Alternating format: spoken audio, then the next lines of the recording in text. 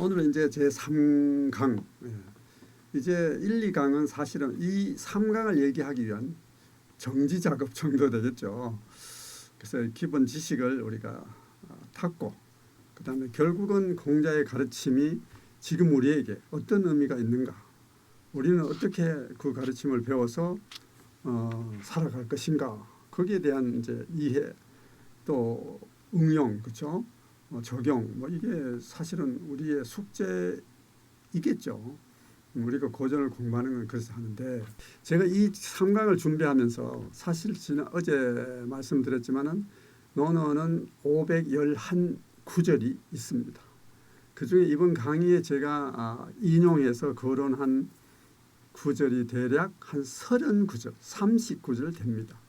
그러니까 논어에는 이 밖에도 어마어마하게 많은 얘기가 있다 이 말입니다. 그 많은 이야기를 제가 어떻게 가지고 와서 여러분들에게 공자의 가르침이라고 이렇게 말씀을 드릴까 고민하면서 제가 이렇게 상상했습니다.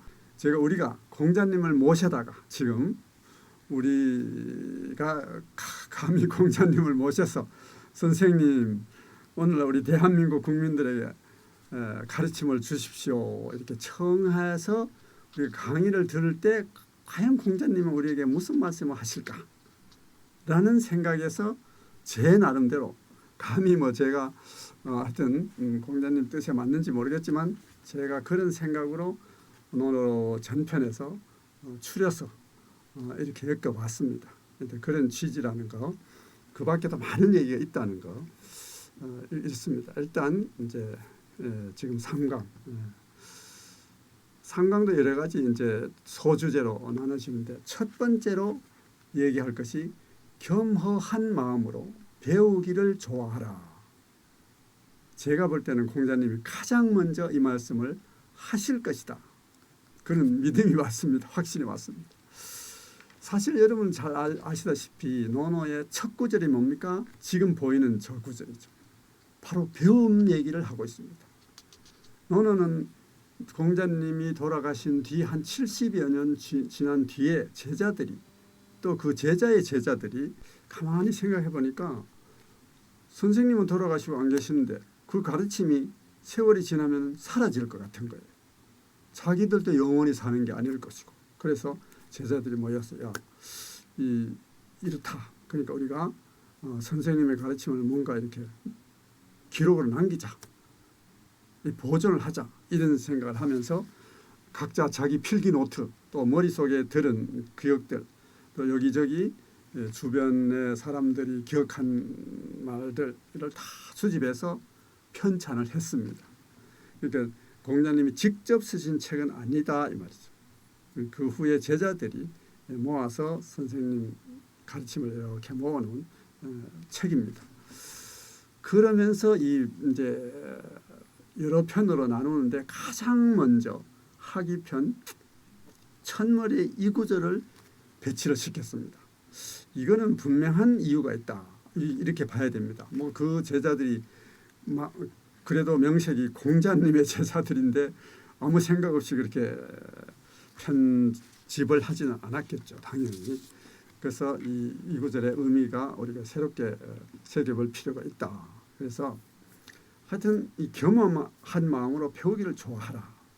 그러니까 지난 시간에 인이라는 얘기예요. 핵심이 인이다. 인을 이 세상에 구현해야 됩니다. 우리가 아는 단순한 사람 사랑하는 그런 사랑이 아닙니다. 공자님이 말씀하신 사랑은 이 세상에 인의 정신을 구현함으로써 난세를 치세로 바꾸는 평화와 번영이 넘치는 그런 세상, 사람 살기 좋은 세상으로 바꿔야겠다, 이런 뜻을 가지고 있었다, 이런 취지를 말씀드렸는데, 그러기 위해서는 어떻게 뭘 해야 되느냐? 첫째, 배워야 된다는 거죠. 사람이 배우지 않고 깨어날 수가 없는 거죠. 그래서 배움을 강조하게 됩니다. 그래서 우선 첫 번째로 배움의 기쁨, 즐거움, 그리고 배움의 궁극적인 이상이 무엇인가를 첫 구절에서 제시하고 있습니다. 자, 뭐 다들 아시는 너무 유명한 구절이니까 너무 잘 알고 계시겠지만, 원문을 보시면은 하기 시습지 이랬어요. 하기 시습지. 배우고 배우고 하기 이는 순접의 접속사입니다. 두 가지 행위가 잇따라 일어난다는 뜻이죠. 그리고 배우고 또 뭐 이런 정도 이해하시면 되겠습니다. 시습지 보통 이것을 때때로 그것을 익히면 이렇게 많이 이해하고 계시죠. 그건 좀 문제가 있습니다. 때때로 이 글자 하나가 뭐 어떻게 보면 별것 아닐 수 있습니다. 그러나 제가 볼 때는 글자 하나도 중요하다 이렇게 봅니다. 일단 저는 결론만 말씀드리면 수시로 틈만 나면 그때 쉼없이 수시로 습지 그것을 익힌다. 그것은 뭡니까? 학의 대상이죠. 내가 배운 그거. 배우고 그리고 또 그 배운 그것을 수시로 익히면 이렇게 되는 거죠. 불력여로와. 역자는 이제 우리가 또한 기쁘지 아니한가 이렇게 많이 옮기는데 뭐 그렇게 해도 됩니다. 되나 여기 역은 불력호 요의 상투어입니다. 그래서 주역에도 많이 나옵니다. 그래서 꼭 논어에만 나오는 게 아니라 뭐 고대 사람들이 반어법으로 뭔가를 강조할 때 상투적으로 쓴 관형구였을 것으로 추정이 됩니다. 그래서 뭐 또한보다 어찌 여기서 이제 강조하는 이건 단정과 긍정의 강조의 어조사다 이렇게 볼 수 있습니다. 그래서 어찌 기쁘지 아니하겠는가 기쁘다 이 말이죠. 근데 불력열 이게 설자죠. 설자인데 제가 지금 열로 읽었습니다. 그래서 한문이 어려운 게 이거죠. 한 글자 안에 여러 가지 뜻이 있습니다. 그래서 이 문장에서는 과연 그 여러 가지 뜻 가운데 어느 뜻으로 쓰였는가 이걸 이제 알아야 되는 거죠. 그러니까 어려운 거죠. 그래서 여기서는 설이 아니라 열로 읽습니다. 우리가 말한 희열의 열자와 같습니다. 기쁠 열자다. 그래서 이제 이자는 공자 시대에는 이 열자밖에 이 설자밖에 없었다는 얘기죠. 근데 여기에 희열의 열자는 한대에 와서 생기게 됩니다. 후세에 생기죠.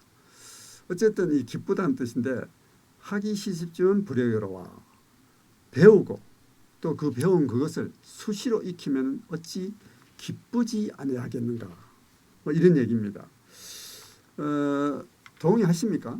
여러분 이 공자님 말씀에 우리 초중고 학생들이 들으면 공자님이 거짓말 하시네 이렇게 동의하지 않겠죠. 공부를 하는 게 배우는 게 기쁘다고 동의하지 않습니다. 않을 겁니다 아마. 그것은 때때로 하니까 그래요. 때때로 해가지고는 그 기쁨을 느낄 수가 없습니다. 이 기쁨이란 희열이라는 것은 마음속에서 일어나는 기쁨의 감정이 일어나는 겁니다. 남이 모릅니다. 기쁜지 슬픈지 모릅니다.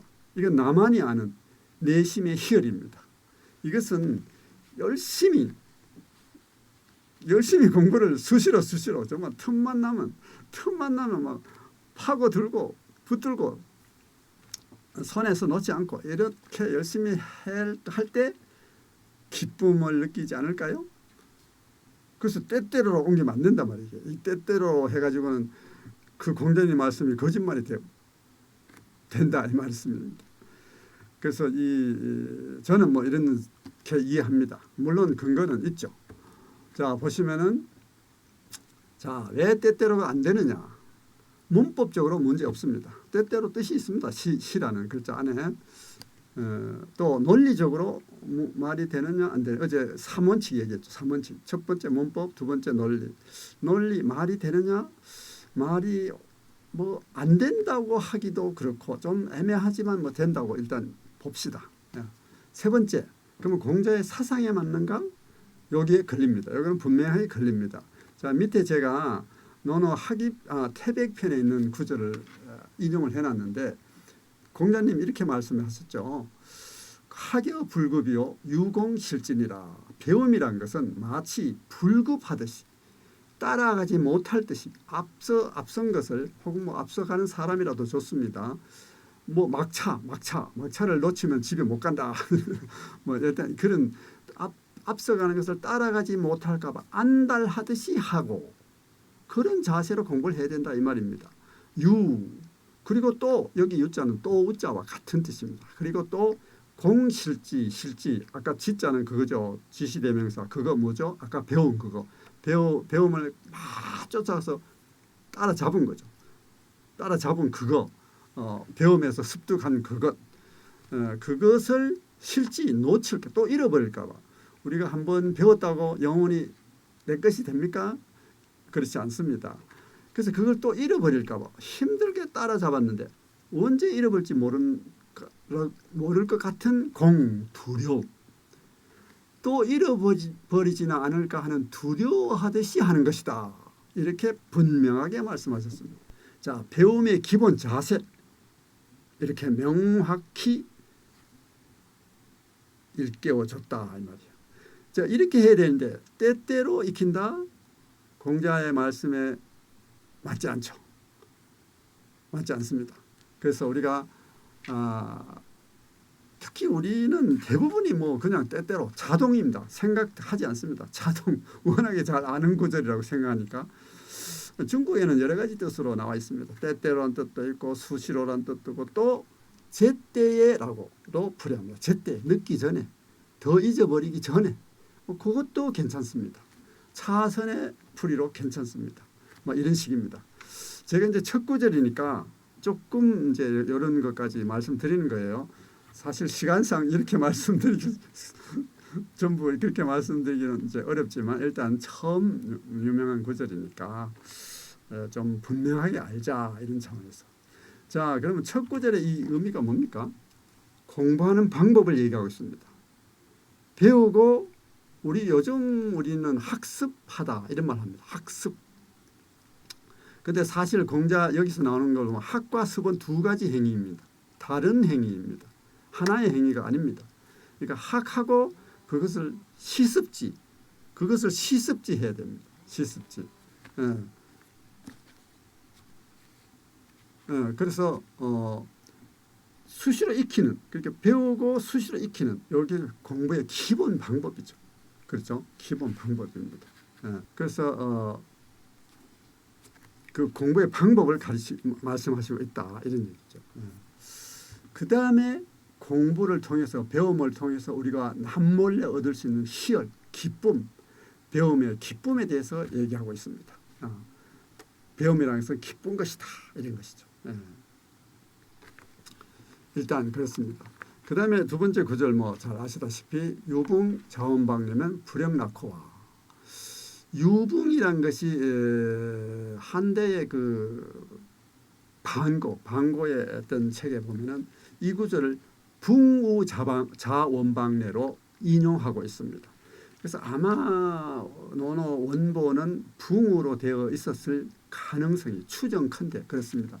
하여튼 뭐 그런 얘기를 지금 자세히 말씀드릴 수는 없지만 뭐 하여튼 수세 전에 오면서 유붕, 우붕 혹은 붕우 뭐 여러 가지 이렇게 와전이 되는데 아마 붕우였을 가능성. 뭐 유자를 있을 유자를 써도 됩니다. 그러나 뭐 친구가 있어서 우리가 그렇게 많이 번역하죠. 하여튼 부엇이 멀리서 자원방례 자는 뭐뭐로부터 먼 곳으로부터 온다. 멀리서 찾아오면은 어찌 즐겁지 아니한가. 이번엔 즐겁다고 했습니다. 아까는 기쁘다고 했습니다. 자, 친구가 멀리서 벗이 멀리서 나를 찾아오는 거예요. 왜 찾아올까요? 여기 벗이라는 것은 이제 공자 사상의 논어에서 볼 때 이 붕우라는 것은 같은 스승 밑에서 같은 배움의 길을 가는 친구, 벗. 그러니까 요즘 말로 하면 하구죠, 하구. 하구. 그래서 그런 친구죠. 근데 물론 이제 일반적으로 뭐 일반적인 친구, 벗 이렇게 이해해도 됩니다. 그러나 공자가 말할 때의 그 벗은 하구의 뜻이었을 것이다. 이렇게 추정이 되고요. 거기에 어제 말씀드렸던 청수더라는 학자는 여기 벗은 제자일 수 있다. 제자다. 이렇게도 또 풀이를 합니다. 제자다. 근데 저는 그 풀이가 괜찮다고 생각합니다. 제자일 수 있습니다. 제자도 나의 학문의 벗입니다. 그래서 제자가 멀리서 전에 배웠던 제자가 혼자 살아가면서 공부하면서 뭔가 의문이 생겨서 멀리서 달려올 수 있죠. 그래서 이 벗은 학우일 수도 있고 나의 제자일 수도 있습니다. 그래서 이렇게 와서 함께 이제 토론하고 지리 토론을 하는 시간을 갖는 거죠. 소위 말해서 절차 탁마하는 겁니다. 그러면 즐겁다 이런 얘기예요. 너무너무 즐겁다 이런 얘기죠. 이 즐거움이라는 것은 겉으로 즐거운 감정이 드러나는 겁니다. 희열은 내심의 희열입니다. 남이 모르는 거죠. 그래서 두 번째 구절에서 얘기하고자 하는 것은 또 다른 공부 방법입니다. 앞에서 얘기한 것은 혼자 공부하는 겁니다. 하기 쉽지. 그리고 스스로 기쁨을 느끼는 거죠. 혼자 공부하는 겁니다. 그런데 우리는 대개 요즘 우리 물론 학생들 얘기지만 주로 혼자 공부합니다. 혼자 공부하죠.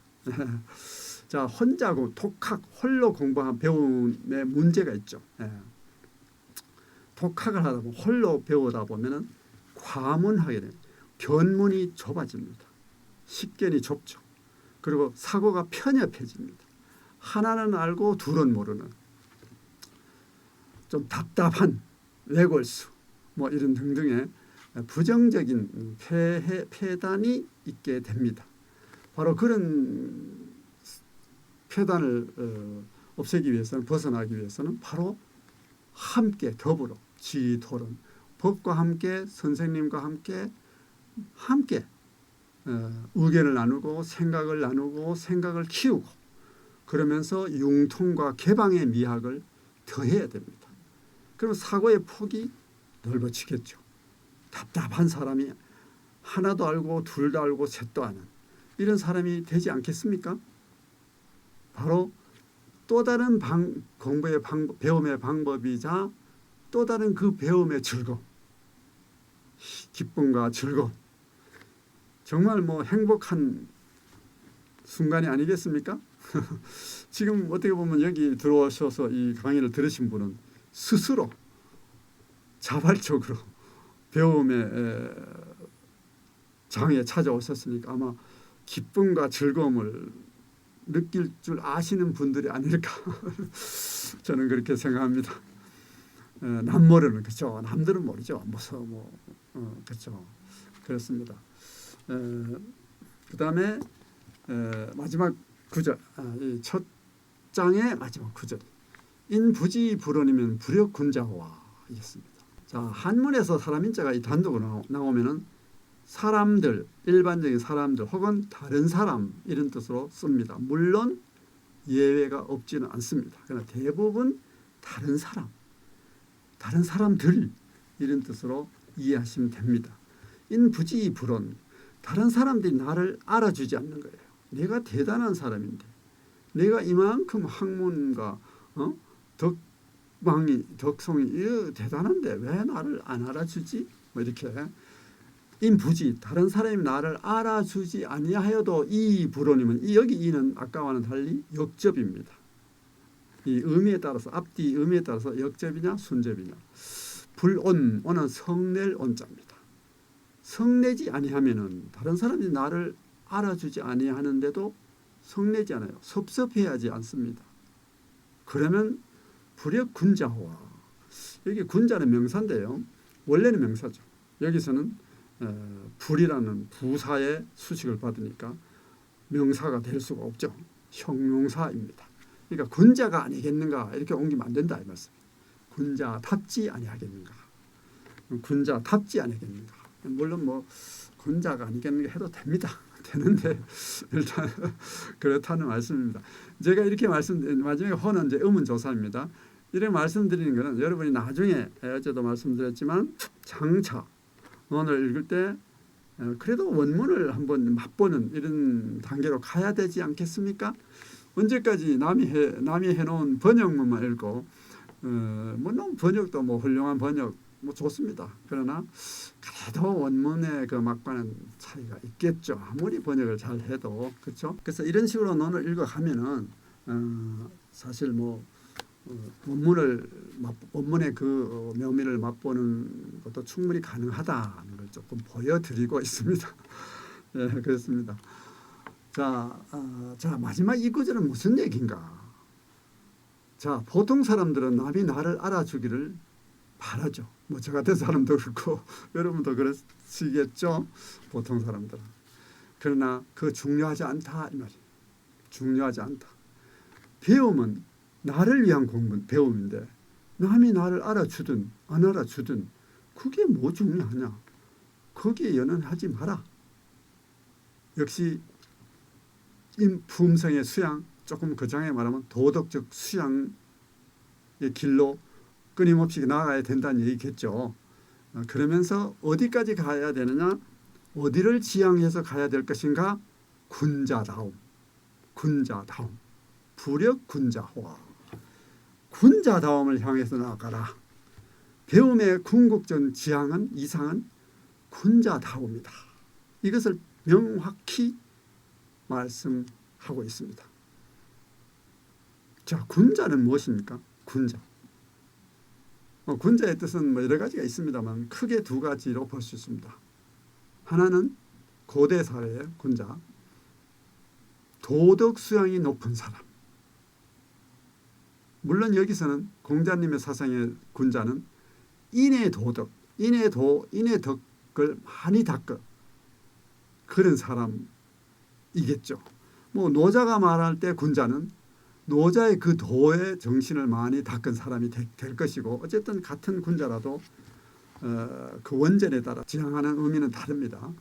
일단 여기서는 이제 공자의 사상이니까 두 번째 군자의 의미는 신분 지위가 높은 사람, 뭐 임금 같은 사람, 고관 대작들도 군자라고 칭할 수 있습니다. 그런데 여기서 공자님이 지금 1장에서 말하는 군자는 뭘까요? 당연히 도덕성이 높은 사람을 말합니다. 인의 덕성, 인의 도를 많이 닦아서 인의 덕을 많이 갖춘 사람.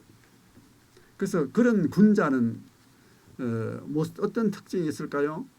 앞에서 제가 말씀드렸죠. 우리가 중용이라는 아름다운 고귀한 가치를 잘 알면서도 추구하지 못하고 행하지 못하는 이유는 욕망, 욕심 때문이다. 사리사욕에 빠져 있기 때문이다. 눈이 어둡기 때문이다. 그런 말씀 드렸습니다. 바로 군자는 거기에서 벗어나 있는 사람입니다. 공익을 추구할 줄 아는, 공익의 가치가 더 높다는, 더 의미 있다는 것을 잘 아는 인성, 품성을 갖춘 사람이죠. 바로 그런 훌륭한 인물로, 인재로 성장하라. 배움의 길을 가면서 그 얘기입니다. 자, 이렇게 공자님은 첫 장에서 이런 얘기를 하고 있습니다. 자, 우리의 교육 목표, 배움의 지향이 어디입니까? 우리 열심히 공부하고 있습니다. 그렇죠. 지향이 어딜까요?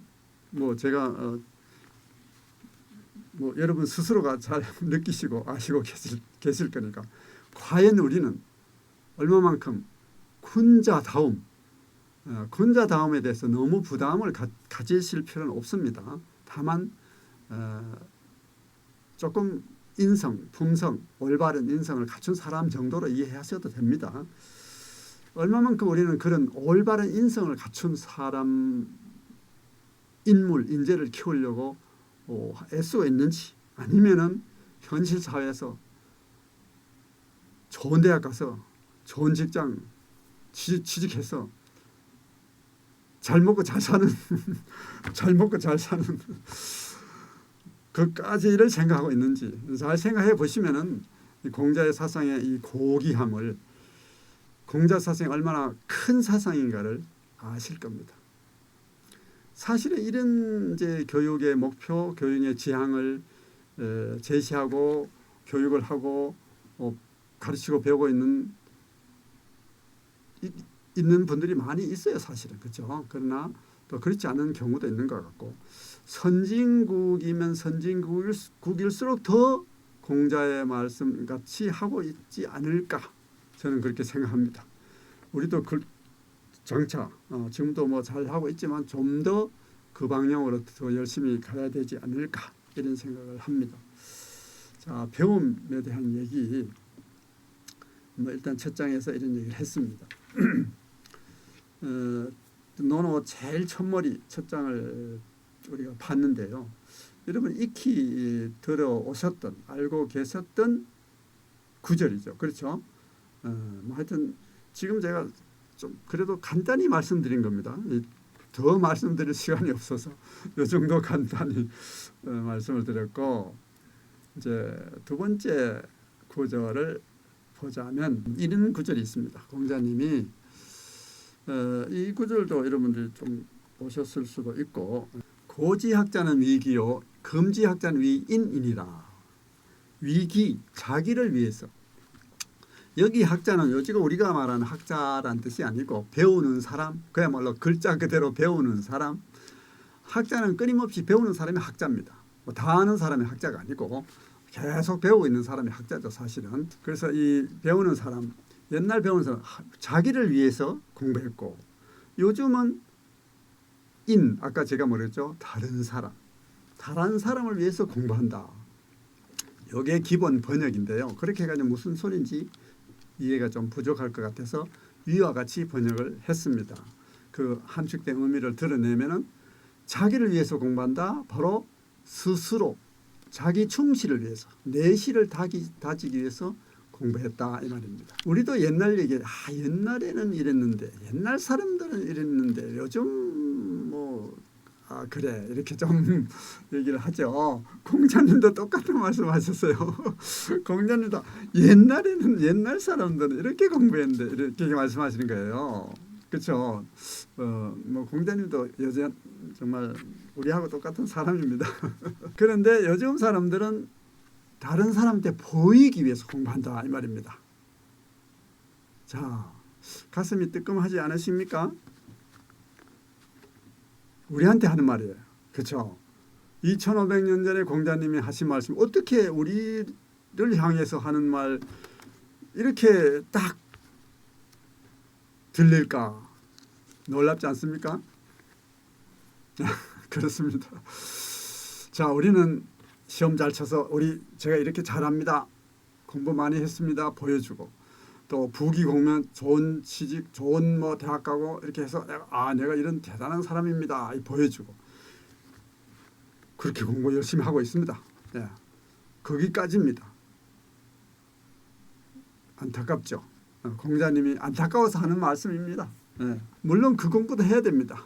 사회에서 자기를 드러내 보여주기 위한 공부 필요합니다. 뭐 하지 말라고 말하기 어렵습니다. 공자님도 아마 같은 생각이 있을 겁니다. 그러나 오늘날 너무 한쪽으로 치우쳐 있죠. 아까 우리 중용 얘기했는데 우리가 너무 위인의 공부, 남에게 보여주기 위한 공부에 치우쳐 있는 게 아닌가. 이 점은 분명히 반성을 해야 된다. 바로 위인지학을 하기 때문에 기쁨, 즐거움을 못 느끼는 겁니다. 느낄 수가 없죠. 힘들죠. 하기 싫죠. 그게 기쁨, 즐거움 어떻게 느끼겠습니까? 예, 그래서 그런 겁니다. 그래서 뭐든지 위기지학도 해야 되고 위인지학도 해야 되고 균형 있게 중용 이렇게 가야 됩니다.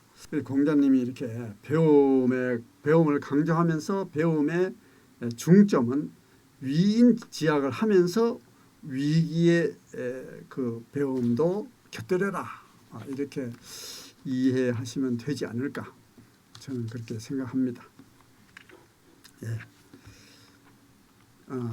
그 다음에 이제 세 번째로 우리가 볼 수 있는 것이 배우기를 좋아해야 된다. 뭐 억지로 할 수 없으니까 뭐 이렇게 그게 아니라 좋아해라. 호학 배우기를 좋아하는 자세로 분발진력해라. 사람의 능력은 뭐 한계가 있을 수 있습니다. 사람의 또 마다 차이가 있을 수 있고 그러나 좋아하면서 배움을 좋아하면서 최선을 다하면은 된다. 그 이상은 뭐 괜찮다. 그런 기본적인 생각, 자세를 갖는 것이 굉장히 중요하다. 이 말씀을 한 겁니다. 자, 여기 이런 말이 있습니다. 공야장 편에 10호밖에 안 되는 작은 마을에 그 10가구, 조그마한 마을이 가구 수가 10가구밖에 안 되는 작은 마을입니다. 여기 십실지읍인데 읍은 우리 오늘날 마을로 이해하면 됩니다. 거기에도 반드시 충성스럽고 신실함이 나와 같은 사람이 있을 것이다. 그러니까 충성스럽고 신실한 사람은 어디에도 있다 이 말입니다. 10가구밖에 안 되는 작은 마을에도 있을 것이니까 나만큼 충성스럽고 신실한 성실한 사람은 어디든지 있다. 그런 얘기만. 하지만 그 다음 구절이 중요합니다. 그 누구도 나만큼 호학하지는 못할 것이다. 나만큼 배우기를 좋아하지는 못할 것이다. 이런 얘기입니다. 공자님이 원래 굉장히 겸손하신 분입니다. 여러분 뭐 그렇게 알고 계시죠? 공자님 굉장히 겸손하신 분입니다. 당시 사람들이 선생님을 보고 선생님은 공자님은 성인이다, 인자다, 또 생이지지자다. 태어나면서부터 다 아시는 세상의 진리를 다 아시는 분이다. 이렇게 칭송하고 그랬어요. 그러나 공자 아니야, 나는 그런 사람 아니야. 극구 부정하면서 나는 학이지자야. 그냥 공부해서 열심히 해서 배워서 알았을 뿐이야. 이걸 강조합니다. 굉장히 겸손한 분이십니다. 하지만 여기서 보시다시피 호학함에 있어서는 누구에게도 겸손하지 않습니다. 자부합니다. 세상에 나만큼 호학한 사람이 있으면 한번 나와봐. 이런 말씀을 하신 거죠.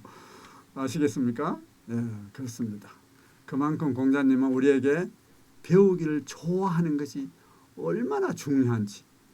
예, 남들이 나를 생이지지다라고 하고 있지만 나는 그저 배움을 열심히 했을 뿐이야. 이 배움의 위력을 몸으로써 보여주시는 거죠. 그러면서 여러분 모두도 배우기를 좋아하라.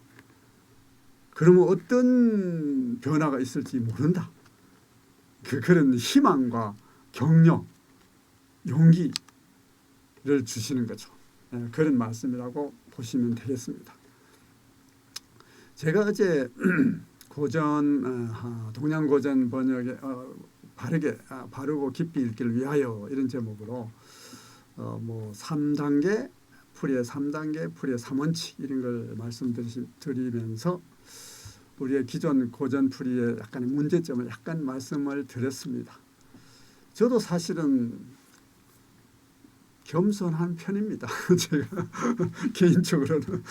개인적으로는 겸손합니다. 겸손하려고 합니다. 하지만 저도 이 고전 번역, 고전의 풀이 이 학문적으로는 저는 겸손하지 않습니다. 그것은 제 자신을 어떻게 높이고자 하는 게 아니라 우리가 성현의 가르침을 잘 배워서 우리의 삶의 보탬이 되도록 우리 삶을 윤택하게 할 수 있도록 지혜와 설기를 더해야 되는데 그 성현의 가르침을 잘 전달을 해야 되는데 거기에 오류와 왜곡이 있다. 이건 제가 겸손할 수가 없는 거죠. 그래서 저는 그 부분은 분명히 말씀을 드리는 게 그래서 겸손하지 않게 보일 수도 있지만 그거는 제가 양보할 수가 없습니다. 그래서 그렇게 말씀드렸다는 거 논어뿐이 아닙니다. 노자 도덕경도 지금 사실은 출판사에서 작업하고 있는데 이거는 심각합니다. 논어는 제가 한 120구절이라고 했는데 이거는 노자는 이건 전부입니다. 전부 모든 장에 걸쳐서 심각하다. 그 정도만 말씀드리겠습니다. 하여튼 자꾸 제 얘기하면 안 되니까 자 일단 배우기를 좋아하라 이 얘기 있습니다. 그 다음에 분발진력하라 이 얘기에 대한 말씀을 한번 보겠습니다. 공자의 제자 중에 염구라는 제자가 있었습니다. 이 학생이 조금 소극적이었어요. 앞에서 한번 나왔었는데 과유불급 그 얘기 나오면서 염구 얘기가 나왔었는데 일단 그냥 슬쩍 지나가서 기억을 못하실 수도 있는데 자 선생님, 저는 선생님의 학설을 좋아하지 않는 것은 아니지만 역부족이 아니다. 역부족입니다. 역부족이라는 단어가 여기 나오죠. 능력이 부족합니다. 제 능력, 제 재능이 부족합니다. 이렇게 선생님한테 변명을 하는 거예요. 학생이 공부를 열심히 안 한 거죠. 그러니까 공부를 잘 못하니까 선생님이 그렇게 열심히 가르쳐 주시는데 죄송한 마음이 들었겠죠. 그래서 변명이라도 좀 하고 싶어서 이렇게 말씀을 드린 거죠. 역부족이 제가 아무리 해도 저는 역부족인 것 같습니다. 이렇게 변명을 하니까 자왈 선생님이 뭐라고 하십니까? 역부족자는 중도이패하나니 금여 회기로고 하고 호되게 나무라하셨습니다. 무슨 얘기냐? 역부족자는, 여기 자는 흔히 사람, 역부족한 사람은 이렇게 이해하는데 그것도 문제가 있습니다. 전체 문맥을 나중에 보시면 아시겠지만 과연 공자님이 역부족한 사람, 역충분한 사람 이렇게 나누는 얘기인지 아닌지 보시면 됩니다. 여기 자자는 일시멈춤, 일시멈춤의 의미가 있고 그리고 가정의 의미를 가진 오조사입니다. 그래서 역부족하다면, 하다고 여기면 이 말입니다. 자기 스스로, 사람이 자기 스스로 나는 역부족해 라고 여기면, 생각하면은 잠재의식 속에서 이 말입니다. 그러면은 중도이패한다. 가다가 중간에, 중도에 패하게 된다. 그만두게 된다. 이 말이에요. 이건 뭡니까? 역부족한 사람이 따로 있다는 게 아니고 스스로 나는 좀 능력이 부족해. 나는 자신이 없어. 이렇게 이런 나약한 마음을 먹고 있는 사람은 자기도 모르게 약간 힘든 벽에 딱 부딪히면은 잠재의식, 무의식 속에서 저절로 아이고 그만두게 되는 이런 사태가 벌어지게 되어 있다. 그런 얘기입니다. 이해가 되십니까? 그렇죠. 그러니까 이걸 역부족한 사람 따로 있고 뭐 따로 있고 이 얘기가 아닙니다. 같은 한 사람에게 있어서 잠재의식 속에서 그런 나약한 생각을 가지고 있는 자체를 나무란 겁니다. 그러니까 뒤에 금여 획이라고, 지금 여는 여자는 여기는 너 여자입니다. 너는 획, 이게 화자가 여기서 획을 긋다 획자입니다. 획의 뜻입니다. 너는 지금 딱 획을 긋구나. 금을 긋고 있구나. 한계를 긋고 있구나. 이 말입니다. 너는 지금 스스로 나는 자신 없습니다. 나는 능력이 부족합니다. 라고 스스로 한계를 긋고 있는 거 아니냐라고 이렇게 나무라신 겁니다. 이해가 되십니까? 네, 이런 상황입니다. 그러니까 공자님 말씀에서 우리가 어떤 걸 느껴야 됩니까? 공자님은 사람에게 있어 역부족이라는 것은 있을 수 없다. 역부족의 존재 자체를 회의하고 있습니다. 문제는 마음이지 능력이 넘치고 부족하고 한 자체가 문제가 되지는 않는다. 물론 냉정하게 보면은 능력이 조금 부족한 사람이 있을 수 있죠. 그러나 더 중요한 것은 마음의 자세다. 자세가 어떤 자세를 가지고 있느냐에 따라서 그것을 극복할 수 있다. 이것을 강조하신 겁니다. 그렇게 들리십니까? 그렇게 이해가 되시나요? 그렇습니다. 그래서 이제 뒤에 금요 회기로고 이렇게 말씀하셨습니다. 자, 우리 주변에서 이런 경우 과연 역부족이 문제가 되는 경우, 역부족이 문제가 되지 않는 그런 사례들이 상당히 많이 있습니다. 뭐 여러분 흔히 우리 운동 선수들 보면은 연습생 신화 이런 얘기 들어보셨죠? 이제 운동 선수들은 저도 잘 모르지만 주전 선수가 있고 스타 선수가 있고 그 스타 선수들이 연습할 때 같이 파트너가 되어주는, 그야말로 연습만 하는 좀 힘든 시간을 보내는 그런 선수들, 파트너가 되어야지 연습할 때. 그렇죠? 그런 선수를 우리는 연습생이라고 합니다.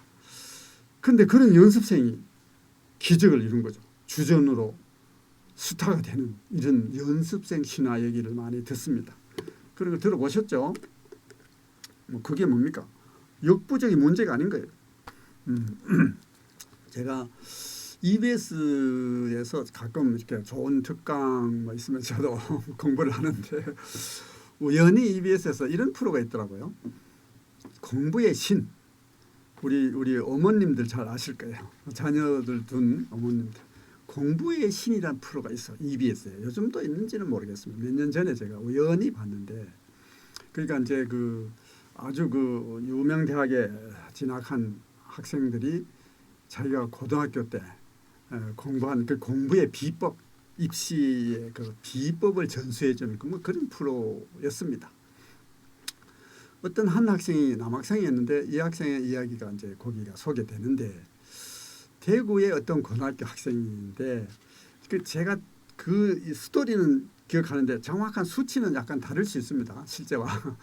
하여튼 어떤 학생인데 한 1학년인가 2학년 때 뭐부터 이제 어떤 변화가 일어났는데, 이 학생이 아주 가난한 집 학생이었습니다.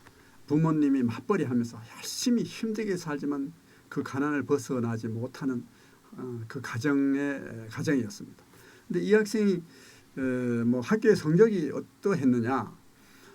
예를 들어서 뭐 정확 수치는 아니면 예를 들어 한 학년이 뭐 1학년이면 1학년 전체 학년이 한 400명이다 이러면 398등 했습니다. 근데 그 학생이 우연히 집에 있는 통장을 보게 됩니다. 부모님의 그 통장. 근데 통장 잔고를 보고 충격을 받습니다. 자기도 우리 집이 가난한 걸 알았습니다. 그런데 이 정도일 줄은 몰랐는 거죠. 아니, 이제 충격을 받은 거죠. 여동생이 하나 있고. 그래서 이 학생이 고민에 빠진 거예요. 막 막막해진 거죠. 암담해진 거죠. 그래서 내가 이 집에 그래도 아들인데 이런 생각하면서 그때 정신이 번쩍 드는 거죠.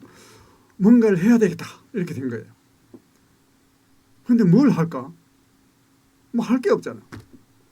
아르바이트 뭐 해봤자 뭐 하여튼 이러다가 아주 기특하게도 공부를 해야 되겠다 이게 마음을 먹습니다.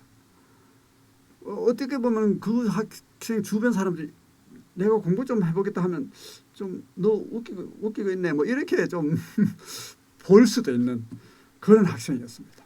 그런데 기특하게도 공부를 내가 한번 해봐야 되겠다 이렇게 할 게 없으니까 뭘 장사를 하니까 돈이 있어야죠. 아르바이트도 뭐 해봤자 뭐 그렇고. 근데 공부를 하려고 딱 자세를 잡으니까 아는 게 있어야 공부를 하죠.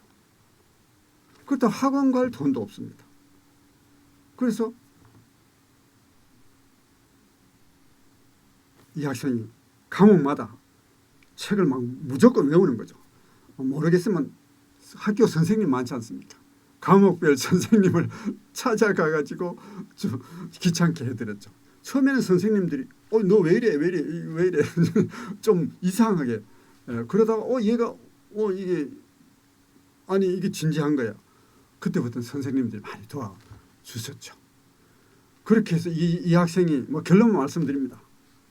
그 해 3학년까지 올라가서 점진적으로 성적 올라가서 3학년 때 전국 수능 인문계 수석을 했다는 거 아닙니까? 여러분 별로 놀라지 않으시네. 이 놀랄 일 아닙니까? 기적이 일어난 겁니다. 거기다가 이제 서울대학교를 탁 들어갔죠. 그래서 공부의 신이라는 프로에 나와서 나는 이렇게 공부했어 라고 말해. 그 다른 학생들이 얼마나 용기를 갖겠어. 저렇게 공부 못하던 사람도 저렇게 공부를 잘할 수 있게 되는구나. 이건 공부의 비법 이상의 저는 그 스토리가 힘을 주지 않았을까. 제가 그 얘기를 듣고 그 공자님이 이 말씀이 보면서 그 학생 얘기가 저절로 제가 시간이 많지는 않지만 좀 우리 특강 시간이 제한이 돼 있어서 많지는 않지만 이 얘기를 꼭 드리고 여러분도 이 역부족에 대한 한계를 극복하시라. 용기, 자신감만 가지시면 된다. 이 말씀을 드립니다. 네 번째 배움에 대한 얘기 중 가운데 네 번째 얘기입니다. 이것은 생각하는 공부와 온고지신 이 얘기인데요. 너무 유명한 온고지신. 자, 온고지신에 대한 이해. 우리가 익히 알고 있는 의미일까 아닐까. 물론 이제 번역을 보시면 아시겠지만 기존에 알고 있던 이해와는 좀 다르게 보이시죠. 네.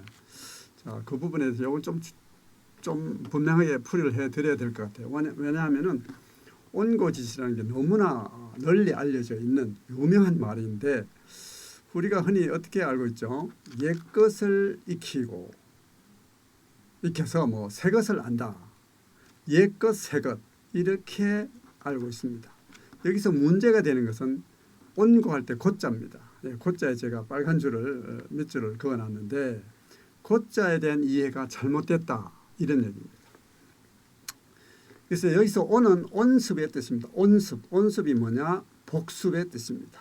국어사전을 찾으면 온습이라는 단어가 나옵니다. 우리는 잘 안 쓰지만 중국에는 지금도 온시 이렇게 온습이라는 단어를 많이 씁니다. 우리는 그냥 사전에만 있는 단어, 제가 그런가?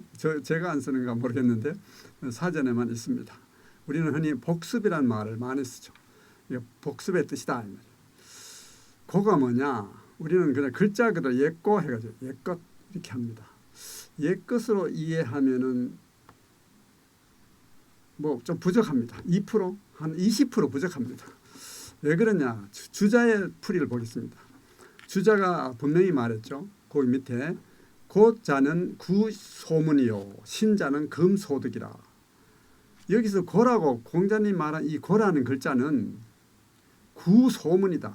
구가 뭐죠? 옛구자도 예전에 들은 것이다. 예전에 들은 바다. 자, 옛날에는 뭐 요즘도 그렇지만 옛날에 주로 우리 논어를 보면 전부 대화죠.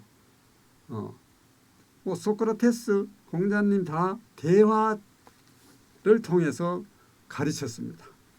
그래서 들었다는 얘기는 배웠다는 얘기입니다. 배웠다는 얘기. 그래서 예전에 배운 것, 이미 배운 것 이런 뜻입니다. 그 고자는 그렇게 보라고 그 뜻이라고 주자가 분명하게 설명을 하고 있습니다. 그런데 우리는 그걸 놓치고 글자만 옮긴 거죠. 신자는 뒤에 나오는 신은 지신의 신은 금소득이다. 지금 터득한 바다. 지금 새로 터득한 것이다. 이런 얘기입니다. 자, 이 근거에 의하면 주자의 풀이, 주자 말고도 다른 풀이가 있습니다. 근데 제가 볼 때 주자의 풀이가 가장 공자의 본의에 가깝다고 느껴집니다. 이것은 예전에 배운 거, 이미 배운 거, 그래서 그냥 배운 것이라고 번역을 했습니다. 배운 것을 온해서 온 복습이라고 그랬죠. 거듭 익히는 겁니다. 온고. 온고가 바로 뭡니까? 앞에서 우리가 본 하기 시습지 하는 행위입니다. 하기 시습지가 뭡니까? 온고입니다. 배운 걸 습지, 시습지 하는 게 온고입니다. 자, 우리의 그 공부는 온고에 뛰어납니다. 시험을 잘 칩니다. 시험 치는 데는 도사입니다. 그렇죠. 학원에 가서 배우고 뭐 하여튼 온고 잘합니다. 세계적 수준입니다. 하여튼 그런데 문제는 온고하래서 배운 것을 거듭 익혀서 지신, 여기 이는 이제 순접이죠. 공고이 할 때 이는 순접입니다. 지신, 신을 안다. 신 뭐예요? 아까 얘기했죠. 지금 새로이 터득한 새로운 것을 깨달아 안다. 여기 지는 알지자인데 저는 그냥 알다 하면 글자만 옮긴 겁니다. 여기서는 스스로 깨달아 아는 겁니다. 선생님한테 배워서 아는 게 아닙니다. 선생님에게 배운 것, 누군가에게 배운 것은 고입니다. 고. 그것을 시습지 해가지고 배우지 않은 새로운 뭔가를 스스로 깨달아 아는 게 지신입니다. 지신, 대단한 성과죠. 지신으로 가야 어떻게 됩니까? 역사가 발전합니다. 자식이 부모를 능가하고 학생이 제자가 스승을 능가하면서 역사가 발전합니다. 그러지 않으면 온고를 아무리 시험을 100점, 200점을 받은들 교과서 선생님을 능가하지 못합니다. 그 온고는 한계가 있다 이 말이에요. 그냥 그렇다고 온고의 의미가 없는 게 아닙니다. 온고를 해야 지신으로 갈 수가 있습니다. 온고를 바로 해야 됩니다. 제대로 해야 됩니다. 시험 치기 위한 온고는 의미가 없습니다. 시험 치고 나면 날아갑니다. 우리의 모습이 아닐까 그런 생각이 듭니다. 그래서 온고해서 지신, 그러니까 창의적인 경지에 오르는 겁니다. 그렇죠. 가의위사인이다. 이렇게 해야 가의위사, 스승이 될 수 있다. 스승이라는 건 뭡니까? 다른 사람을 가르치는 사람이죠. 다른 사람의 스승이 될 수 있다. 이거 선생님의 기본 자질을 말하고 있습니다. 선생님이 이 창의적인 지신의 능력과 경험과 그런 것이 부족한 사람이 남을 가르치면은 가르침에 한계가 있겠죠. 저도 반성을 많이 해야 되겠죠. 저는 과연 지신을 하고 있는지 반성하고 있습니다. 하여튼 그 스승의 자질, 기본 자질입니다. 물론 스승의 기본 자질이면서 학생이 궁극적으로 가야 할 길이죠. 자, 이것은 정말 교육과 학습의 교학의 이상입니다. 그런데 아까 말씀드렸죠. 우리는 온고는 세계적 수준인데 지신으로 가는 비율이 굉장히 떨어집니다. 뭐 굳이 노벨상 얘기를 안 해도 노벨상까지 안 가도 좋습니다. 뭐 그게 다가 아니니까. 어쨌든 창의적 이 시대가 지금 새로운 시대에 창의 아이디어 하나가 한 나라를 먹이 살릴 수 있고 세계를 바꿀 수 있는 이런 시대 아닙니까? 지신이 바로 그런 걸 가능하게 한다. 이 온고 지신이 얼마나 대단한 얘기인지 그냥 평범하게 옛 것을 이렇게 해서 새 것을 안다. 이렇게 뭐 그 얘기네. 뭐 이렇게 대수롭자 얘기시면 안 됩니다. 이거 대단한 얘기입니다. 대단한 얘기를 2500년에 하셨습니다. 지금 이 시대에도 통하는 얘기입니다. 앞으로도 영원히 통하는 얘기입니다. 이제 자, 근데 여기서 우리가 한 가지 생각해 볼 게 있죠. 뭡니까? 왜 우리는 온고를 그렇게 잘하면서 지신으로 가지 못하느냐. 이것을 우리가 꿰뚫어 봐야 됩니다. 그것을 반성해야 됩니다. 그것만 채우면 우리는 대단한 민족이 될 수가 있습니다. 물론 지금도 잘하고 있습니다. 뭐 아주 선전하고 있습니다. 그러나 또 조금 더 욕심을 내자면 지신까지 가는 이런 희망을 불태워야 되지 않겠습니까? 자, 여러분 어떻게 생각하십니까? 왜 우리는 지신으로 가지 못합니까? 못할까요?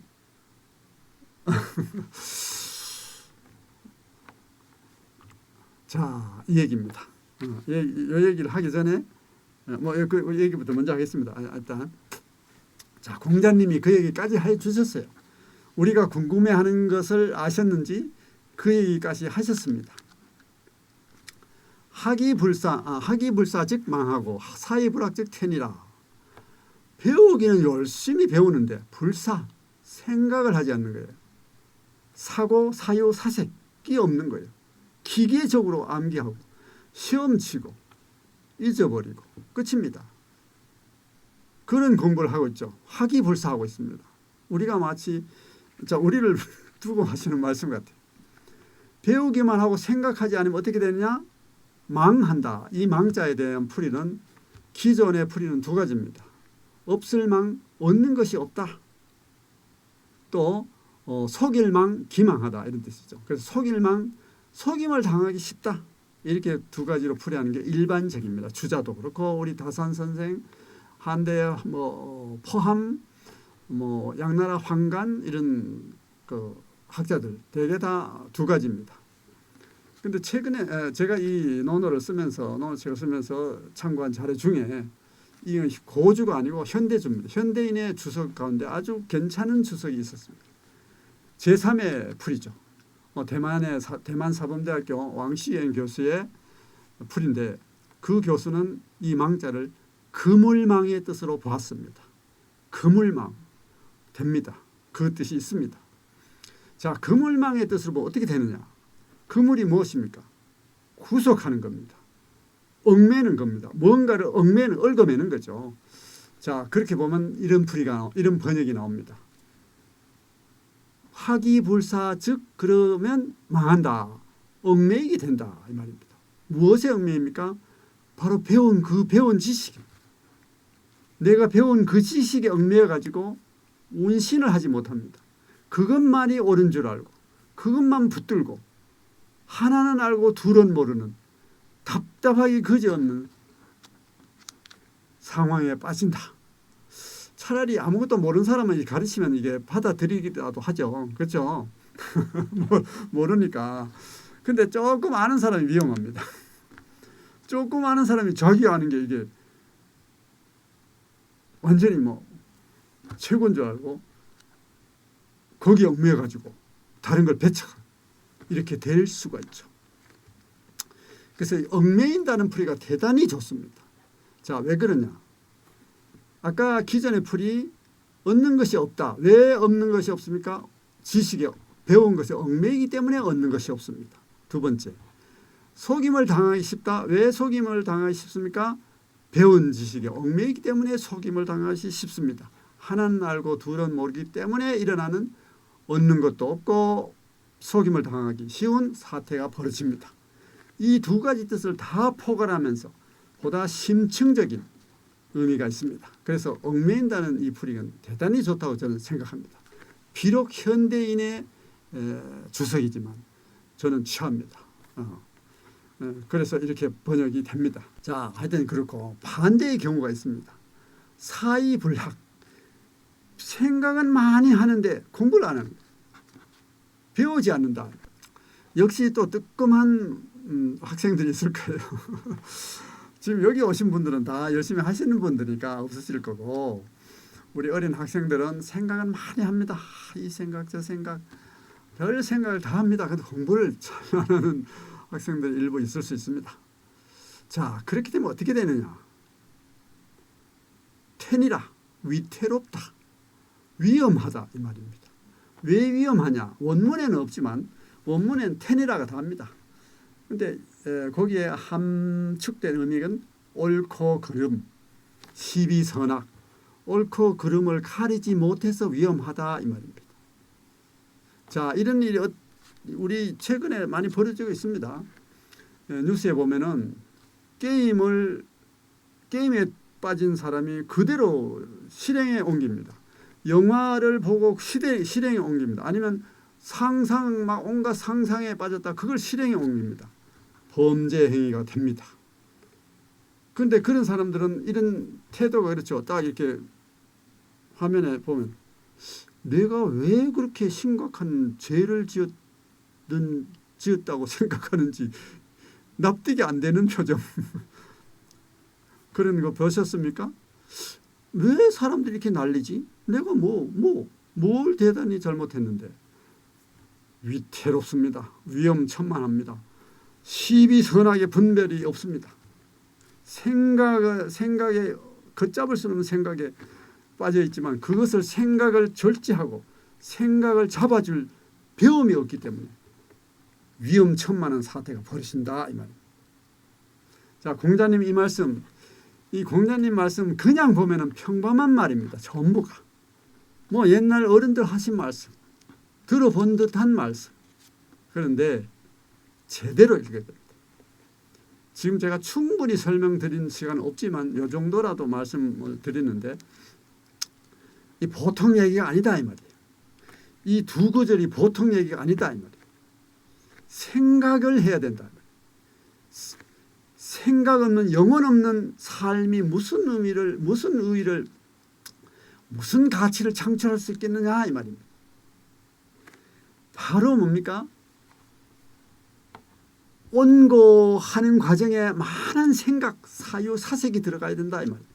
그냥 기계적으로 받아 적은 거 외우고 책에 있는 거 외우는 그런 기계적인 공부 가지고는 지시로 갈 수 없습니다.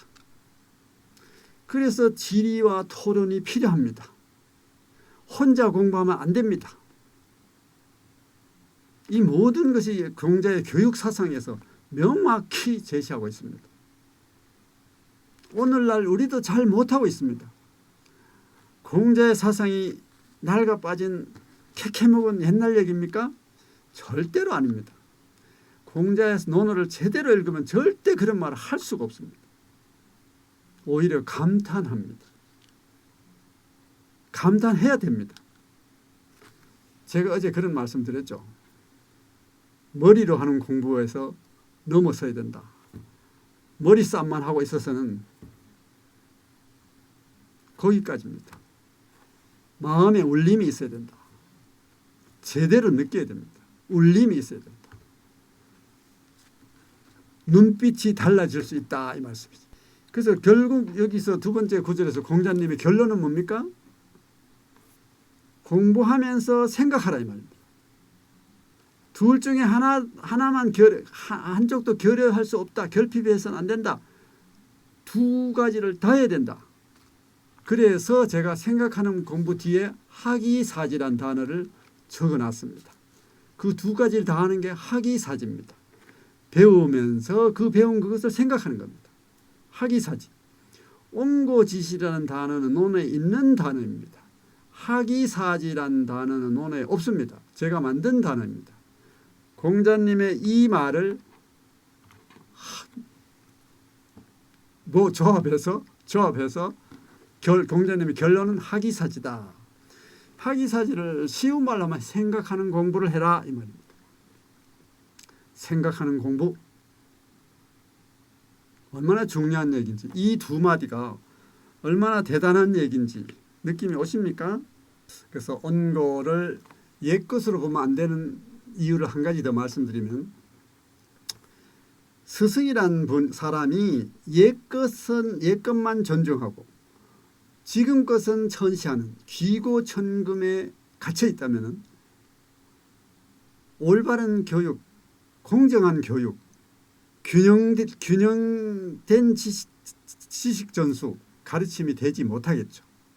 그래서 누구보다도 중용의 가치를 중시한 공자께서 스승의 자질로 이 편향된 의식, 편향된 가치관을 가진 사람을 스승의 표본으로 제시했겠느냐 이 말이죠. 그렇게 보기 어렵습니다. 또 주자의 주석이 아니라도 그런 공자의 사상에 비춰봐도 고자를 옛것으로 보는 것은 문제가 있다. 이런 얘기입니다. 하여튼 뭐 간략히 이 정도 지금 간략히 하는 겁니다. 자, 일단 이제 지금까지는 이제 배움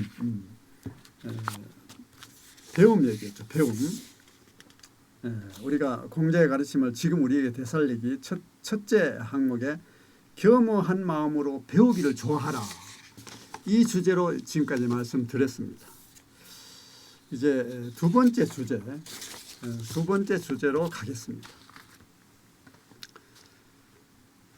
자, 두 번째 주제는 제가 제목을 너무 거창하게 붙였나요? 저는 이런 느낌을 받았습니다. 공자님 같으면 이런 말씀을 하실 것이다 라는 느낌이 왔습니다. 가족과 이웃을 넘어 국가 사회에 이바지할 꿈을 키워라. 자, 제가 왜 이런 느낌을 받았느냐. 지금 우리를 돌아보면 어떻습니까? 우리의 꿈이 어디까지입니까?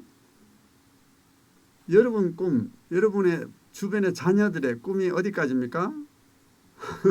죄송한 얘기지만, 그렇지 않은 분도 많겠지만, 죄송한 얘기지만, 네 하나 잘 먹고 잘 살면 된다. 뭐 부모님 마음은 그런 마음 갖고 계신가요? 조금 더 가면 가족, 우리 가족. 자, 연말 연시에 뭐 여러 가지 그 해돋이, 해맞이, 또 뭡니까? 종각, 종로에 그 종도 울리고 하는데, 그때 사람들한테 인터뷰하죠. 방송에서. 무슨 희망, 무슨 소원을 빌었습니까? 하면 보통 사람들이 무슨 얘기하죠? 되게 자기 가족, 우리 자식, 손자, 거기까지가 한계입니다. 그것을 넘어서야 된다. 적어도 우리는 더 크게 꿈을 키워줘야 됩니다. 키워야 됩니다. 나도 키우고 너도 키우고 내 자식도 키우고 키워야 됩니다. 아까 공자님이 뭐라고 하셨죠? 군자다움. 군자다움을 향해서 분발 진력해라, 화학해라 해서 가족과 이웃을 넘어서 큰 꿈을 키워라, 이렇게 얘기합니다. 그래서 저는 이런 느낌을 받았습니다. 자, 그 주제로, 두 번째 주제로, 첫 번째 소주제, 생각을 크게 하고 꿈을 크게 가져라. 자, 공자님 말씀, 인무원려면 필요근우다.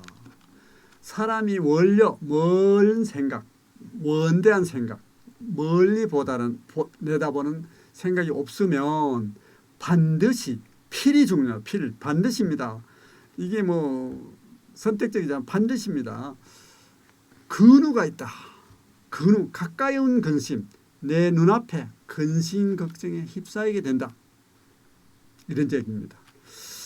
사실 생각이 원대하든 하지 않든 사람은 누구나 근심 걱정이 있게 되어 있습니다. 그렇죠. 그런데 눈앞에 어떤 것만 바라보는 안목이 좁고 천단한 경우에는 그 근심 걱정, 그 스트레스에 휘둘리게 됩니다. 그래서 그것이 상당히 나를 괴롭힙니다.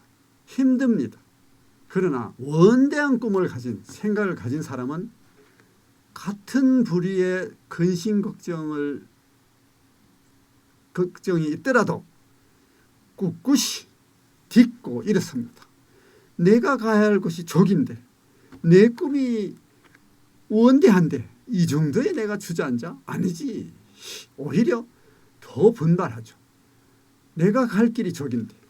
이렇게 된다는 거죠. 없다는, 근심 걱정이 없다는 게 아닙니다. 있습니다. 있을 수 있습니다. 그것이 문제가 되지 않을 수 있다는 얘기죠. 자, 그러면 우리를 봐야 되겠죠. 우리는 과연 어떤가? 자, 우리의 자녀, 우리 국가 민족의 미래가 우리의 젊은 청소년들에게 있지 않습니까? 뭐 저같이 이미 나이 좀 있는 사람들은 뭐 이제 뭐 그렇다 치고, 저 젊은 장래가 유망한 우리 젊은이들을 잘 키워야 되지 않겠습니까? 이건 나의 자녀를 잘 키우는 문제가 아니, 문제를 넘어서야 됩니다. 우리의 젊은이들을, 미래의 그 주역들을 잘 키워야 됩니다. 가정에서, 학교에서, 사회가 잘 키워야 됩니다. 그런데 요즘 그런 말 하죠. 요즘 애들 꿈이 없어. 그런 말 하십니까? 너 꿈이 뭐야? 뭐 이렇게, 꿈이 없어. 답답해합니다. 꿈이 없는 게 문제가 아닙니다. 꿈이 없을 수 있습니다. 저는 없을 수 있다고 생각합니다. 아직 꿈이 없을 수 있습니다. 꿈이 있으면 됩니다. 앞으로 장차 꿈을 키우면 됩니다. 문제는 꿈을 키우지도 않고 있다는 게 문제입니다. 꿈을 키워주지도 않고 있다는 게 문제입니다. 꿈이 없는 게 문제가 아니라는 거죠. 예, 저는 그런 생각이 듭니다. 꿈을 키워줘야 됩니다. 꿈을 키우라고 북돋워 줘야 됩니다. 공자님의 이 임무원료는 필요근우라. 음미하고 음미해보면 울림이 있지 않을까요? 자, 공자님의 꿈은 뭐 앞에서 우리가 어제 말씀드렸죠. 공자님의 지천명, 공자님의 꿈과 이상, 구세다. 그 난세, 그 혼란한 세상을 바로잡아서 저 선량한 만백성들이 그래도 사람답게 살 수 있는 세상을 만들어야 되겠다는 그 일념 하나로 평생을 헌신했습니다. 그래서 이런 앞에서 얘기한 그런 교육 사상을 주장했고, 그리고 큰 꿈을 가져라 라는 가르침을 끊임없이 내렸습니다. 그리고 두 번째 주제로, 모든 사람이 사람답게 사는 세상을 꿈꿔라. 사실 이것은 공자님의 꿈입니다. 그러나 공자님의 꿈만이 아니라 우리도 꿔야 될, 그 꿈을 꿔야 할 꿈이 아닌가 라고 생각합니다. 그래서 뭐 원문은 뒤에 있지만 시간 관계상 일단 이 번역문을 보겠습니다.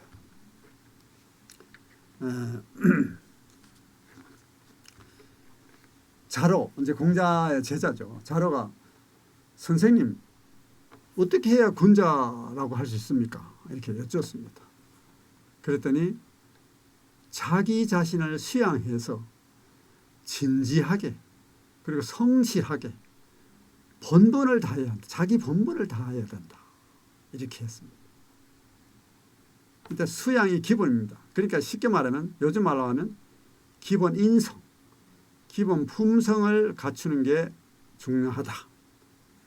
그런데 기본 품성, 인성만 훌륭한 인성만 갖추고 뭐 놀고 먹고 하면 되겠습니까? 그러면 안 된다. 그 의미가 없어요. 아무리 훌륭해도 의미가 없습니다. 그거는. 자기 본분을 다할 줄 알아야 된다. 최소한 첫 번째 조건입니다. 첫 번째 조건. 여기서 한 가지 이제 원문을 보고 갈 게 있어서 제가 이쪽으로 왔는데 왜냐하면 일본 기본적으로 다른 풀이가 기존의 풀이가 다르게 하고 있어서 수기이경 빨갛게 첫 줄에 수기이경 이것을 밑에 주석을 보면은 이것을 흔히 이경수기로 많이 이해합니다. 그러니까 공경의 자세로 자기를 수양한다. 이렇게 많이 번역합니다. 그러면 수양이 끝입니다. 그렇게 번역하면 수양하는 것이 끝입니다. 그 다음 단계가 없습니다. 공자님은 너 뭐 훌륭한 인품 가지고 있어 그 자체로 가만히 있어는 의미가 없어 이런 사상입니다. 그래서 이것은 수 앞에 동그라미 여기 이렇게 보는 것이 옳다 이 말입니다. 뒤에 것은 이렇게 보면 안 된다 이 말입니다. 이거는 수기 이경의 이자가 써 이자가 아까 말릴 이자의 뜻으로 봐야 됩니다. 그래서 두 번째 줄에 요거죠. 요거 보이시나요? 요거 요 말릴 요 써 이자가 말릴 이자의 뜻이다 이 말이에요. 여기서는. 그래서 수기하여서 그리고 경하는 거죠. 경은 이제 밑에 있죠. 경업의 뜻입니다. 간단히 말해서 본분을 다한다. 자기의 본분과 책무를 다한다 이 뜻입니다. 그래서 그렇게 보는 것이 공자 사상에 맞습니다. 그래서 글자 하나도 정확히 풀이해야 됩니다. 그래서 자기 수양을 하고 거기서 머물러 있으면 의미가 없어요. 수신을 아무리 잘해도 자기 본분을 학교의 선생님이면 선생님, 부모면 부모, 또 뭐면 뭐 자기 신분, 자기 책무에 맞게 최선의 노력을 다하는 자세가 필요하다. 그렇게 설명한 거죠. 그러니까 자로가 선생님 그렇게만 하면 됩니까? 군자 별거 아니네요. 뭐 이런 뜻이에요. 그러니까 공자의 제자의 특징이 뭔지 아십니까? 뭐 여러 가지가 있겠죠. 근데 제가 볼 때 질문을 잘합니다. 질문을 잘합니다. 계속 질문합니다. 공자님이 막 근데 공자님은 좋아하십니다. 질문 그래 좋아죠. 좋아하십니다. 사실 저도 개인적으로 질문 받기를 좋아합니다. 가끔은 뭐 어려운 질문 받아서 뭐 당황스러울 때도 있지만 뭐 괜찮습니다. 제가 뭐 다 합니까? 뭐 모르는 게 있을 수 있죠. 예. 그래서 그러나 이렇게 학문적 소통이 필요하기 때문에 또 저도 때로는 학생들에게 배우고 뭐 서로 배우는 거 아닙니까? 교학상작 뭐 그런 겁니다. 그 논어를 읽다 보면은 이 대화를 보면 참 재밌어요. 마치 이게 영상은 아니지만 녹음을 듣는 것 같아. 이 대화가 들려요.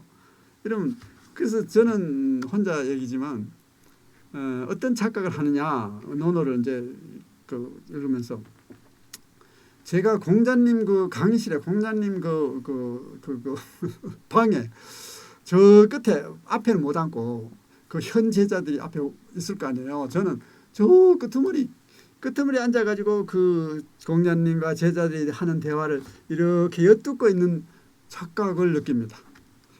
너무 착각이 좀 심하죠. 저는 이건 글로 된 대화인데 생생히 들리는 착각이 들 때가 있습니다. 여러분도 논어를 열심히 읽으시다 보면 아마 그런 때가 있지 않으실까요? 그러면 논어를 읽으니까 얼마나 재미있겠습니까? 그렇죠. 공자님한테 강의를 듣는 거니까. 하여튼 자로가 그렇게 하면 됩니까? 이렇게. 자로는 공자님과 6살, 7살인가 차이 별로 안 납니다. 공자의 제자 중에 가장 나이가 많은 뭐 친구 같은. 그래서 또 이 자로는 공자님한테 막 대듭니다. 선생님한테 막 항의도 막 하고 아주 재밌는 친구입니다. 그러면서 이 오락부락 해가지고 누가 공자님 욕하면 가서 막 때려주고 이런 성격입니다. 공자님의 호위병입니다. 하여튼 그 자로가 이제 그러니까 선생님이 자기 자신을 수양해서 그 다음에는 가까운 사람들을 편안하게 해줘야 한다. 아까는 자기 본분, 자기 책무를 다하라. 그 다음에 이번에는 거기서 조금 더 가서 가까이, 조금 더 가까이 지역사회, 자기가 그 정도 이렇게 사람들에게 뭔가 이바지할 수 있는 그 사회에 이바지하는 이런 노력을 해야 된다. 그 정도 하면은 뭐 군자라고 할 수 있다. 이런 말씀이죠. 그러니까 자로가 또 그렇게 하면 됩니까? 또 이제 질문을 합니다. 공자님이 그 다음 얘기합니다. 자기 자신을 수양해서 자 기본적으로 그렇습니다. 그 다음에 천하 만백성을 편안하게 해주어야 한다. 뭡니까? 가족과 이웃을 넘어서 국가 사회에 이바지할 그런 인재가 말로 군자답다라고 할 수 있다는 얘기죠. 그런 얘기입니다. 자, 우리는 과연 이런 꿈을 가져라 라는 교육을 하고 있는지 돌아봐야 되지 않겠습니까? 나만 잘 먹고 잘 살면 되겠습니까? 안 되죠. 그러면 안 되죠. 나는 잘 먹고 잘 살겠지만 우리의 미래가 없지 않습니까? 그렇지 않아도 지금 우리가 지금 인구가 줄어들고 뭐 하여튼 뭐 문제 뭐 제가 말씀드릴 필요 없고 하여튼 그런데 모두가 이렇게 미래를 생각하는 우리 국가와 민족의 미래를 생각하는 생각을 조금씩 한다면 내가 뭔가 조금 희생하고 조금 봉사하고 해서 미래가 더 밝아진다면 기꺼이 할 수 있는 그런 사고를 생각을 해야 되지 않겠느냐 하는 생각이 듭니다. 몇 년 전에 그런 게 있었습니다. 뉴스에 보도된 건데 고등학생들에게 장래희망 조사를 했더니 그 해에 1순위 뭐 해마다 좀 달라지겠죠. 1순위 2순위가 어느 한 해 1순위가 장래희망 1순위 뭐였습니까? 건물주였습니다. 우리의 희망인 우리 민족의 미래인 우리 고등학생들의 장래희망 1순위가 건물주였습니다.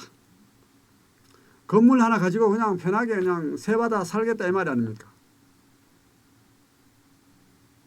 이거는 우리가 다시 우리를 돌아봐야 됩니다. 그 학생 탓이 아닙니다. 우리가 그렇게 길렀습니다. 그런 의식을 심어줬습니다. 우리는 반성해야 되죠. 창창한 꿈을 키워야 될 그 어린 학생이 노후를 생각했으면 노후를 지금 노후에 편하게 먹고 살 궁리를 하고 있다 이 말입니다. 이 슬픈 일입니다. 뭐 저는 그렇게 생각합니다. 공자님도 그렇게 생각하시겠죠. 저는 오늘 감히 공자의 대변자로서 뭐 주제가 넘습니다만은 공자님의 톤으로 지금 말씀드리는 겁니다. 저는 감히 이렇게 여러분에게 큰 소리 칠 자격이 없습니다만 공자님을 대리해서 큰 소리를 제가 칩니다. 하여튼 그렇습니다. 큰 꿈을 우리가 키우면은 그 꿈을 이루지 못하더라도 그 밑에라도 제법 괜찮은 삶을 살 수가 있습니다. 근데 꿈이 요만하면은 꿈을 다 이루지 못합니다. 사람이 꿈을 꾸지만 꿈을 실현한다는 건 쉽지 않습니다. 작은 꿈은 쪼그라들면 진짜 작은 꿈이 됩니다. 힘듭니다. 그 꿈을 이루어도 힘듭니다. 그래서 우리가 이런 생각들을 해봐야 된다. 뭐 이런 얘기입니다. 뭐 하여튼 어떻게 논어를 뭐 우리가 읽고 있는데 여러분이 평소에 읽고 아시던 논어 뭐 같을 수도 있고 다를 수도 있고 또 처음 논어를 접하신 분은 또 논어라는 게 이런 거구나 또 그 새롭게 다가올 수도 있습니다. 그래서 우리가 논어 제가 이제 아까 앞에서 우리가 그런 말을 했었죠.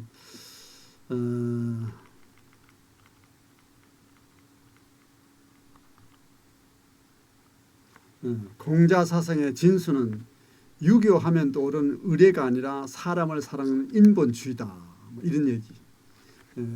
지난 어제 말씀드렸는데 여기 조금 뭐 부연을 하자면 우리가 유교 사상 이러면은 굉장히 부정적인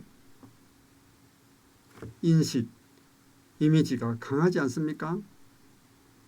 캐묻고 구태의연하고 구속하고 속박하고 불편하고 거추장스럽고 하여튼 뭐 부정적인 거 다 나옵니다. 약간 그런 생각들이 많이 이게 있지 않는가 이런 생각이 듭니다. 잘못된 이해입니다. 지금 우리가 논어를 보고 있지만 지금까지 본 것만으로 봐도 공자의 사상은 그런 것이 아닙니다. 어제도 잠깐 말씀드렸지만 후세 통치자와 기득권자들이 변질시킨 것이 우리한테 세뇌되어 있는 거죠.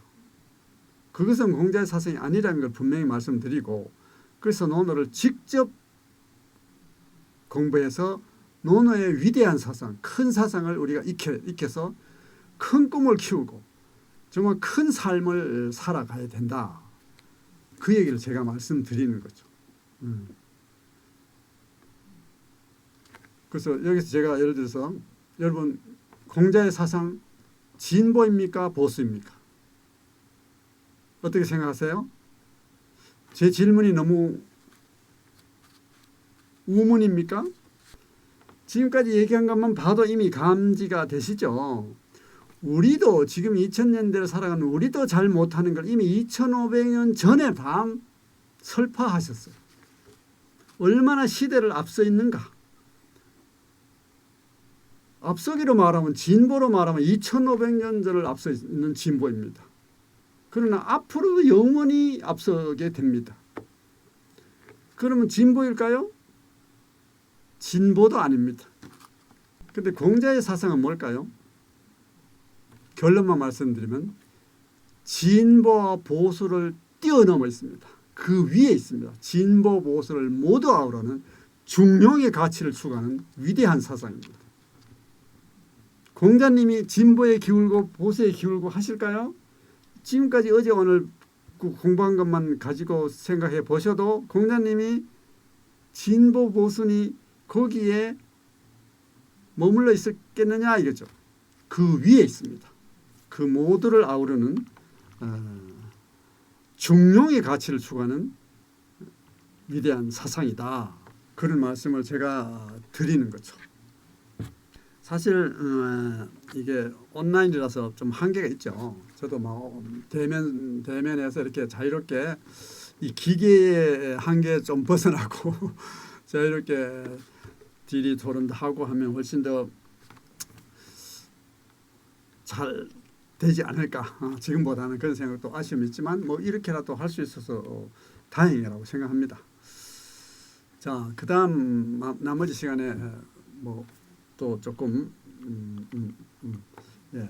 세 번째, 자 우리가 배워야 된다. 그 다음에 큰 꿈을 가져야 된다. 뭐 이런 얘기했죠. 그런데 그 큰 꿈을 실현한다는 것은 쉬운 일이 아닙니다.